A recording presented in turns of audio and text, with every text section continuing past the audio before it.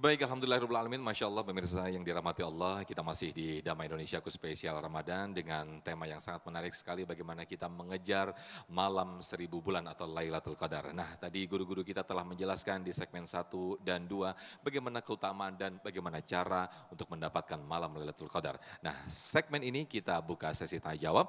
Yang pertama kami persilahkan jamaah dari Ikhwan, yaitu Bapak Farani, ya silakan. Kami persilakan untuk berdiri dan diajukan pertanyaan, insya Allah akan dijawab oleh guru kita Ustaz Fatih Rishad. Silakan.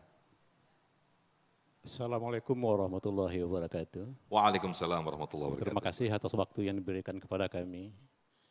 Di sini kami akan menanyakan tentang uraian yang disampaikan oleh Pak Kiai tadi. Mungkin perlu penjelasan lebih lanjutnya. Sebab untuk pelaksanaan untuk menggapai Lailatul Qadar itu kan macam-macam. Ada yang di rumah, ada yang di masjid, atau bagaimana? Apa, di mana yang lebih afdalnya kita melakukan untuk mencari, mendapatkan Lailatul Qadar itu? Itu yang pertama. Yang kedua, masalah sholat. Saya juga ingin bertanya kepada Bapak semua. Jamaah yang masbuk, yang datang terlambat, sholat sudah dimulai, baru datang, begitu datang, kita memperhatikan dia tanpa melakukan niat, padahal niat ini adalah fardu. Tapi langsung takbiratul ihram. Baik. Itu bagaimana? Baik. Nah, kemudian yang sambungannya, dalam tahiyatul akhir, kita melihat, kita dalam pelaksanaan berjamaah, sering kita temukan, di mana bacaan tahiyatul akhir itu oleh imam, kita sudah berusaha secepat mungkin, tapi tidak nutut.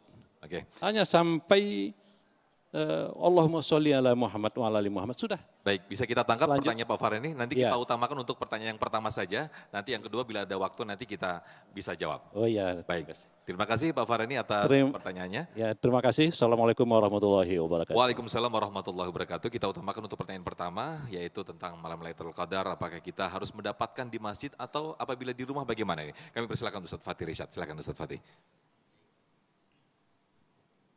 Bismillahirrahmanirrahim. Ayahanda yang dimuliakan Allah. Kalau kita merujuk kepada hadis-hadis yang menjelaskan bagaimana tata cara Rasulullah untuk menggapai Lailatul Qadar.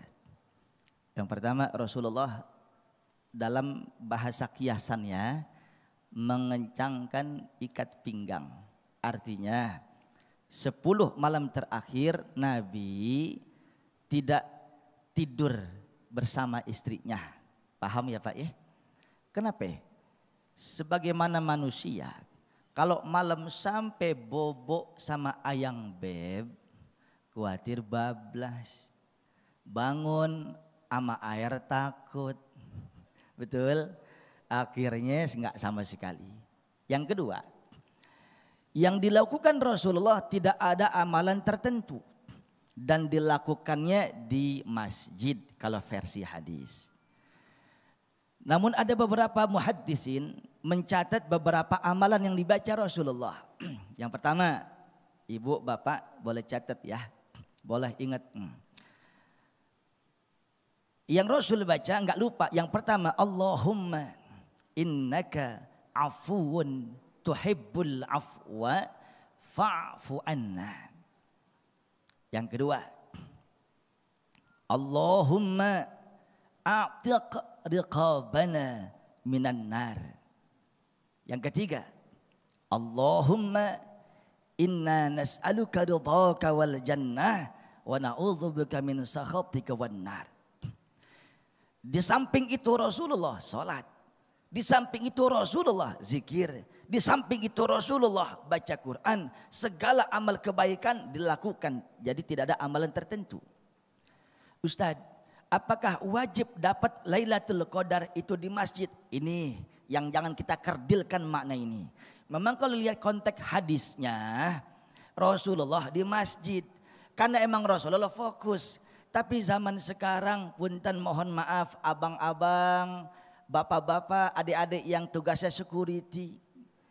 Yang tugasnya malam. Yang tugasnya jaga rel kereta api.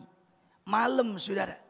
Apakah tidak layak dapat Lailatul Qadar? Oh tidak.